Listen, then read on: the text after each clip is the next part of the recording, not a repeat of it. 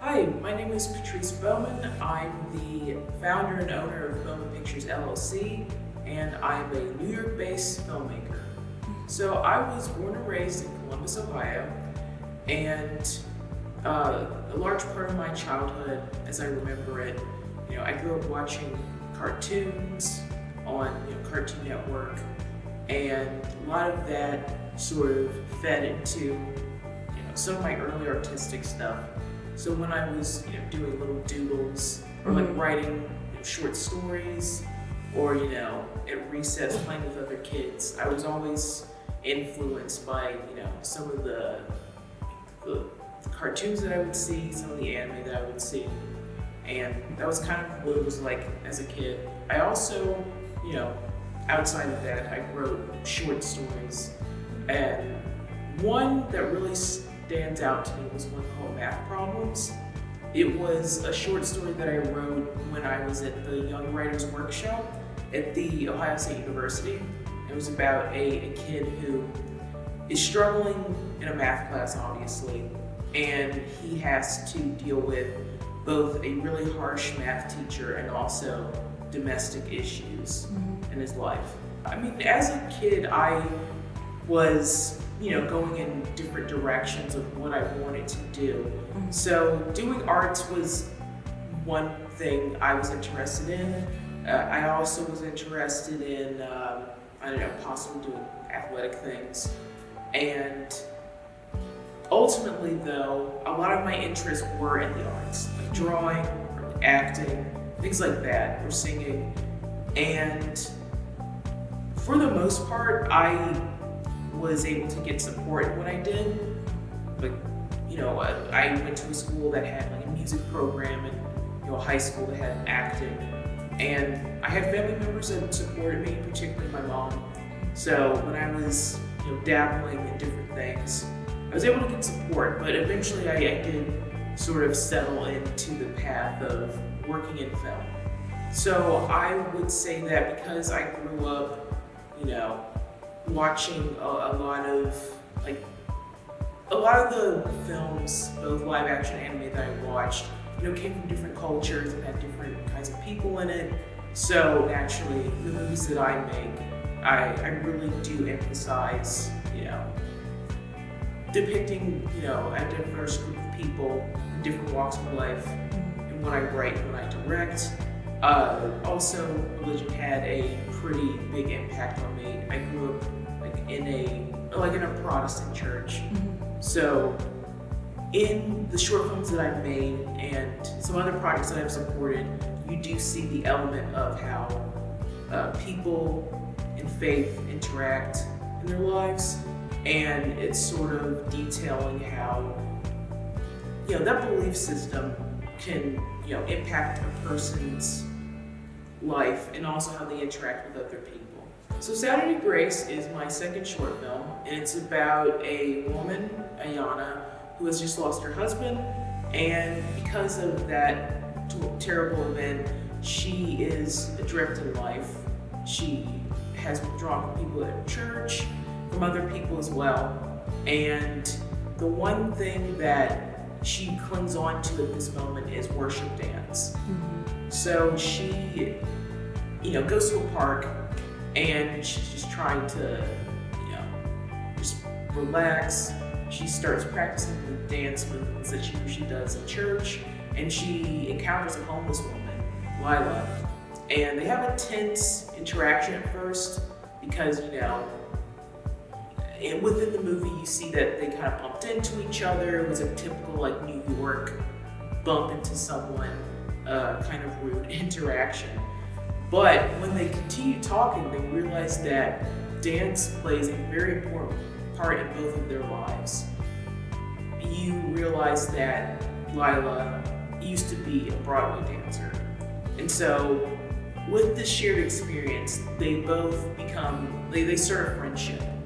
And after that encounter, Iayana returns to church and she does a dance. And that sort of closes the film and shows her on a path to, moving on with her life and trying to bring back joy to herself. before I even started filming, was I wanted to make someone, or like write someone who obviously had gone through like pretty difficult times in New York, and at the same time she wasn't giving up on life. She still had, you know, an art form to express, and you know, she still had like very important things to say.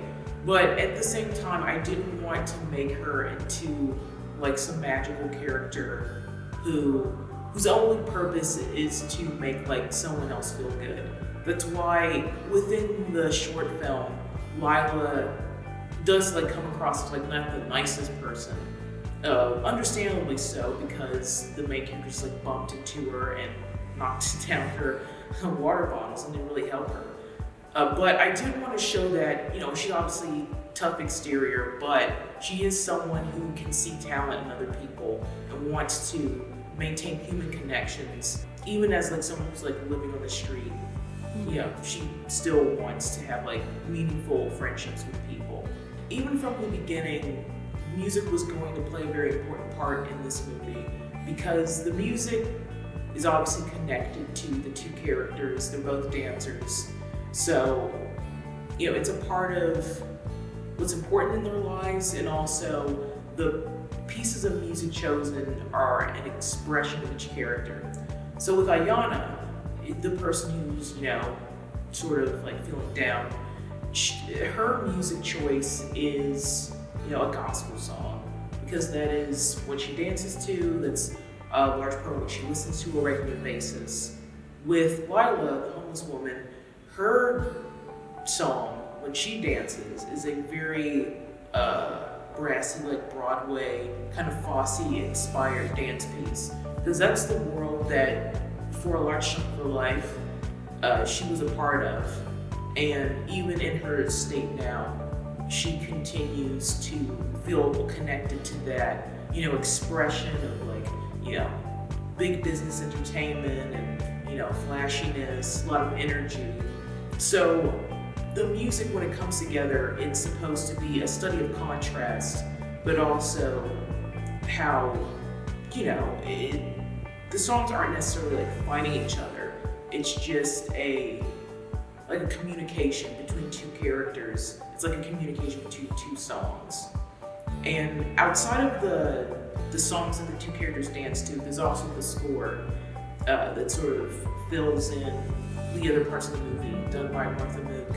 I wanted the score to like support the picture, but also show a journey within the short film of starting with the character being depressed, and then sort of going through, you know, encountering Lila, and it gets a little more lively. And then towards the end, when they, you know, they form their friendship, ending on a happier note. So that's how the music is a large part of Saturday Grace. A couple of challenges with Saturday Grace, I would say like one of the big ones was just the schedule, because I had at that point, a 7-minute script, and there were like multiple locations. There was a park scene, there was a church scene, an apartment scene. So we've got 7 pages, 3 locations, and ultimately I have to work with people like in their free time, because we didn't have like a humongous budget. This was very much a low budget independent short film. So ultimately we had to cram, you know, the 7 pages, the 3 locations into 2 days. So a lot of that brought up like some difficulties in terms of getting to point A to point B and keeping things very organized with like the amount of people we had, both cast and crew, and also just making sure that we weren't losing like sunlight. That's like one of the biggest issues that sort of popped up, because we were shooting in a park and we were shooting in a church where the light that came in was going to affect the scene. So I would say that ultimately with that difficulty, one of the big things of solving it was just communicating with my cinematographer, my assistant director and also like my producers that were on set that, you know, we can't really film everything. Like even in something that's 7 pages, things have to be cut. So that's ultimately what had to be done in order to cut things that weren't 100% necessary, which they might have looked cool, but we didn't have time to it. But focusing in on the very important moments of the script. So, you know, with Iayana in her apartment, you know, putting the clothes of her dead husband in a box, like that was important. The dance comparisons between Iayana and Lila, important. And obviously, you know, her Iayana's dancing in the church. A couple of, you know, lines of dialogue had to be cut here and there. Some dance movements had to be sort of truncated, but it was just keeping with the most important parts of the story and moving that forward in order to save time and also money. Saturday Grace was produced by my production company, Bowman Pictures LLC, and I decided to launch that in 2018. And the reason for that was, at that point, I had been doing freelance work, usually on top of full-time work within the entertainment industry. And by 2018, I felt that it was important to make my freelance work a little bit more professional because I was working with more and more people, some of them returning clients, and I was putting in effort to create a portfolio and reels and like a website. So it made sense to make it seem more official in terms of having a website with like my company name, you know, filling out the proper LLC paperwork, getting the correct, getting like a separate account for like payments and expenses for that company. And all of that work was to build up like my brand essentially in terms of like what I do and what I can offer. And that's pretty much like a summary of why I decided to found Bowman Pictures LLC. Being a business owner, having my own company definitely impacts creatively the work that I do, because a part of Bowman Pictures is production and post-production. So I'm constantly collaborating with other people, and you know, you obviously see from the very beginning, you know, what their creative vision is, and obviously a part of working with other people is like you talk to them, you see what they want, you know, how they executed what they did. And so when you're working with different people in like different genres, different approaches to filmmaking, different budgets, different shooting schedules, and you see the outcome, you start to piece together in your head, what are some approaches that work to filmmaking and what doesn't? You know, what are some things that really are like visually powerful?